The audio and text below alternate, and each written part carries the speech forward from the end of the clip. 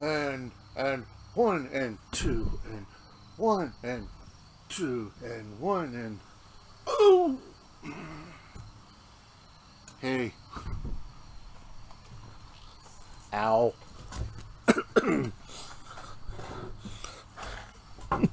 Sorry, I'm just stretching today, trying to get in my exercises, trying to trying to be a little bit more flexible in life.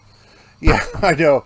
We're talking about flexibility all this week on transforming the world, and yes, flexibility does mean being able to bend easily without breaking. I don't know what broke just a little bit ago, but my physical therapist won't be very happy with me.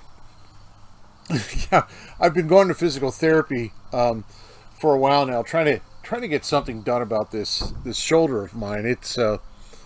It's constantly stiff. I am a pain in the neck. No, wait, no, I have a pain in the neck, and I'm trying to get all that worked out. And it's really interesting. I get to the physical therapist, and Mike is stretching and stretching and rubbing and rubbing. And he's like, "Brother, you're really tight. You're not very flexible."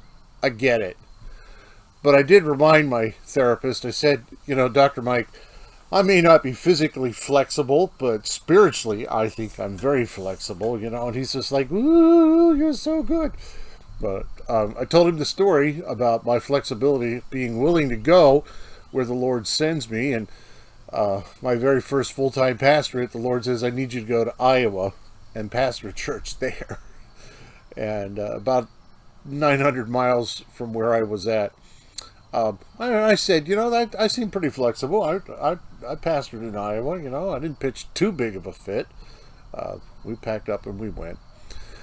But yeah, flexibility. Okay, yes, flexibility does relate to the physical ability to bend without breaking, but from a spiritual standpoint, from a biblical standpoint, flexibility, it means the ability to be easily modified, a willingness to change, or a willingness to compromise. So, from a spiritual standpoint, flexibility, it's more focused on our attitudes in life than our physical abilities.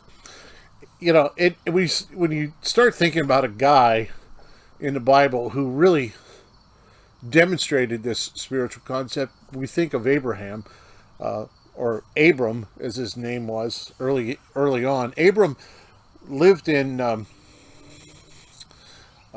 he lived in modern day Iraq, and one day, as the family was packing up and moving, the Lord said, "Look, I need you and your family to pack up, and I need you to head to the place that I will show you." And Abram, demonstrating some incredible flexibility, even though God didn't say where, Abram actually begins following the Lord.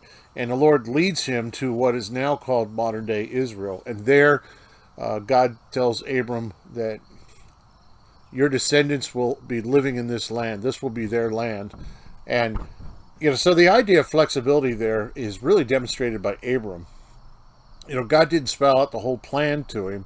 And yet Abram, who's later called Abraham, this is in Genesis chapter 12, Abram demonstrated incredible flexibility there, a willingness to change without pitching too big of a fit. So in our Disciples Journal, we are asked several questions about our flexibility.